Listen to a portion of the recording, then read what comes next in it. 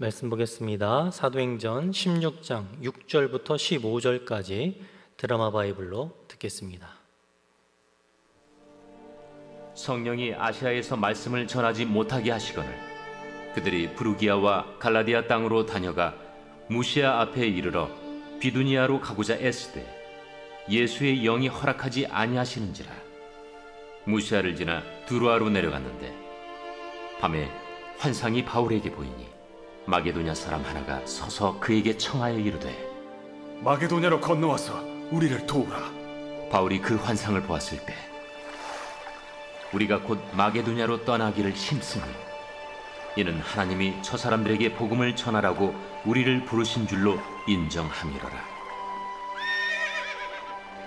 우리가 드로아에서 배로 떠나 사모드라게로 직행하여 이튿날 네아폴리로 가고 거기서 빌립보에 이르니 이는 마게도냐 지방의 첫 성이요 또 로마의 식민지라. 이 성에서 수일을 유하다가 안식일에 우리가 기도할 곳이 있을까 하여 문밖 강가에 나가 거기 앉아서 모인 여자들에게 말하는데 두아디라시에 있는 자색 옷감 장사로서 하나님을 섬기는 누디아라 하는 한 여자가 말을 듣고 있을 때 주께서 그 마음을 열어 바울의 말을 따르게 하신지라. 그와 그 집이 다 세례를 받고 우리에게 청하여 이르되 만일 나를 주 믿는 자로 알거든 내 집에 들어와 유하라 하고 강권하여 머물게 하니라. 아멘. 익숙한 것과의 결별, 익숙한 것과의 결별이란 제목으로 하나님 말씀 전하겠습니다. 이사를 간다는 거 쉬운 일이 아닙니다. 그나마 아파트 2단지에서 3단지로 가거나 같은 동네로 가는 거면 좀 나은데 의정부에서 충청도로 가거나 아예 다른 나라로 이민을 가게 된다면 아주 큰 사건입니다. 준비할 것도 많고 또 익숙하지 않은 곳에 가니까 이리저리 걱정도 많이 있겠죠. 학생들이 전학 가는 것도 마찬가지입니다. 학교를 떠나서 다른 학교로 가게 돼야 된다는 거, 새로운 친구를 만난다는 즐거움도 있겠지만 몸과 마음을 다시 적응해야 되는 애씀도 필요한 겁니다. 정서적으로 긴장하는 일도 있을 테죠. 우리는 익숙한 것을 편안해야 합니다. 가던 식당, 가던 카페, 가던 미용실, 우리가 사는 동네, 우리 공동체, 이거를 안전하다고 느끼는 거죠. 그런데 삶은 내 맘대로 되지가 않아서 종종 익숙한 것을 떠나야 할 때가 있습니다. 오늘 본문은 사도 바울의 전도 사역이 아시아에서 유럽으로 전환되는 아주 중요한 구절입니다. 그런데 그것이 바울의 계획이 아니었던 거예요. 치밀한 계획과 통제 아래 된 것이 아니라 가로막히고 내 마음대로 되지 않아서 떠나게 된 것입니다. 익숙한 것과의 결별, 이 내용을 두 가지로 나누어서 한번 생각해 보겠습니다. 첫 번째, 장소와의 결별입니다. 오늘 본문 전체를 보면 장소가 무지하게 많이 나옵니다. 부르기아, 갈라디아, 무시아, 비두니아, 드로아 등등 여러 도시를 다니는 거예요. 그러다가 결국 마케도냐와 빌립보까지 가게 되는 것입니다. 본문의 7절을 봅니다. 7절. 무시아 앞에 이르러 비두니아로 가고자 애쓰되 그랬습니다. 그럼 바울은요, 애를 썼어요. 여기저기 복음을 전하려고 힘을 다한 겁니다.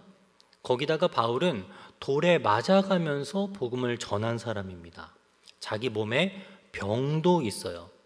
그러니까 몸과 마음이 그리 좋은 컨디션은 아니더라는 것입니다.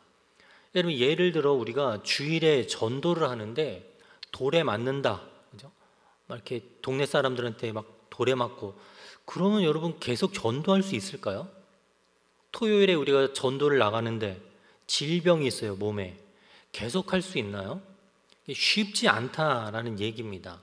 그런데도 바울은요, 애를 써요. 그러면 그의 계획대로 전도가 이루어지면 얼마나 좋겠습니까? 이게 하나님 편에서도 기특하거든요. 그런 몸을 이끌고 전도를 한다는 게 너무너무 기특하잖아요. 그런데도 전도가 막힙니다. 익숙한 아시아에서 전도 그만하라는 거예요. 6절에 보면 성령이, 7절에 보면 예수의 영이 허락하지를 않습니다. 그리고는 그 유명한 환상을 보게 되는 거죠. 마케도냐 사람이 와서 우리를 좀 도와달라. 그래서 유럽으로 가게 되었더라는 거예요. 여러분, 걱정이 없었을까요? 새로운 지역으로 가게 됐을 때 여러 가지 심리적인 불안 이런 거 있었을 겁니다. 유럽 사람들은 더 큰 돌로 던지는 거 아니냐, 어딜 가나 나를 반대하는 사람이 많은데 새로운 도시로 갔을 때 더 하지 않을까 걱정되는 일이 있죠.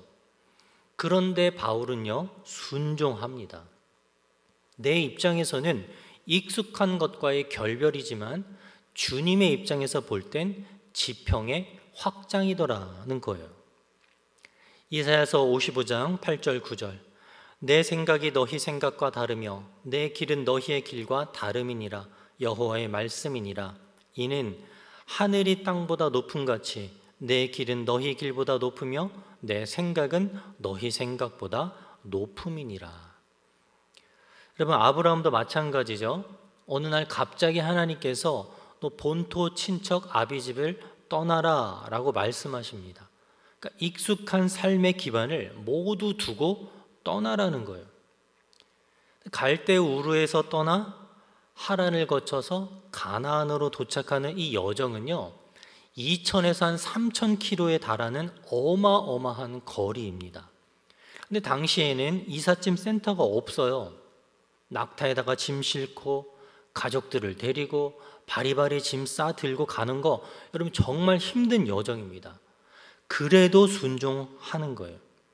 하나님은 나보다 크시니까, 하나님 나보다 지혜로우시니까 순종합니다.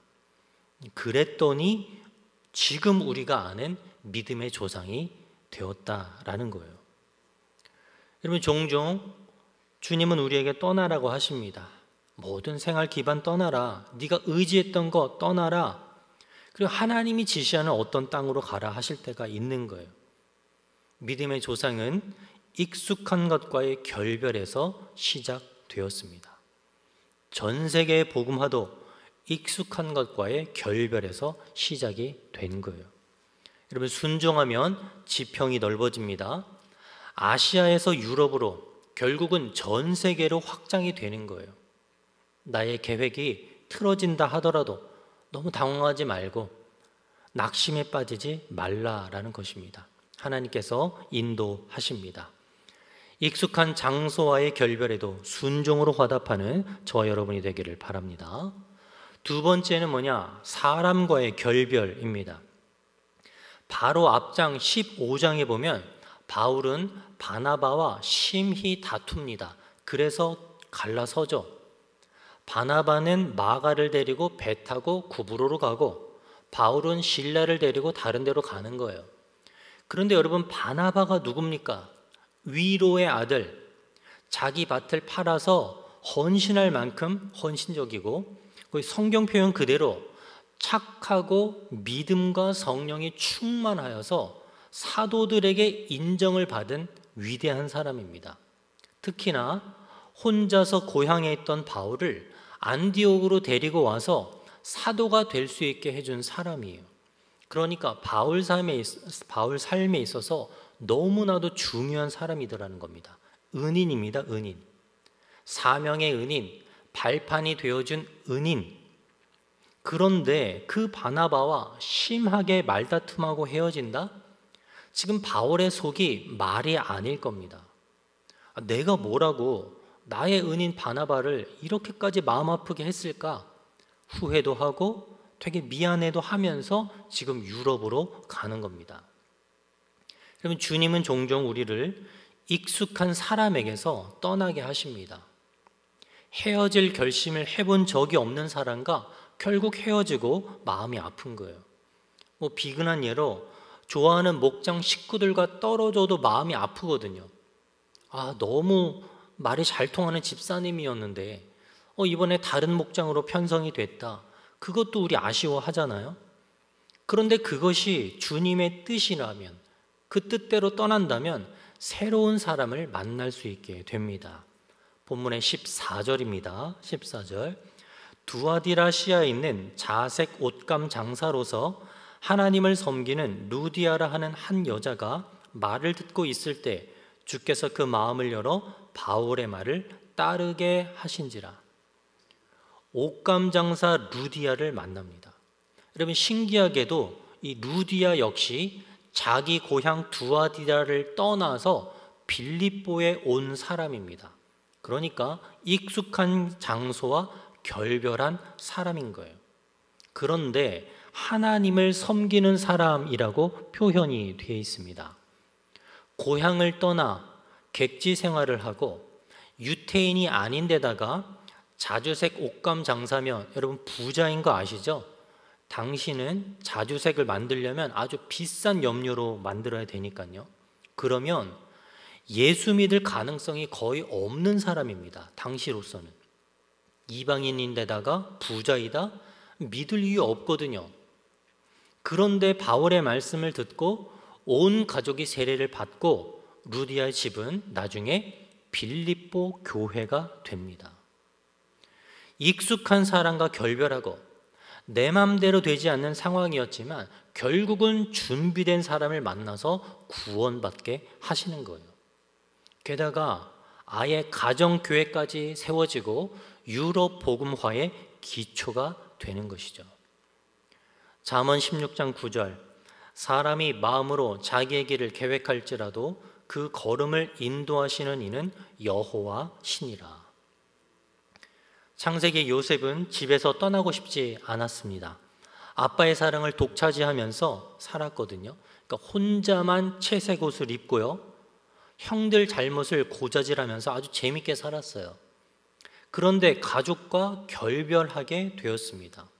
새로운 곳, 낯선 곳 이집트에서 고생도 되게 많이 했지만 결국은요 새로운 사람을 만나요. 그게 무려 이집트의 왕입니다. 바로를 만나요.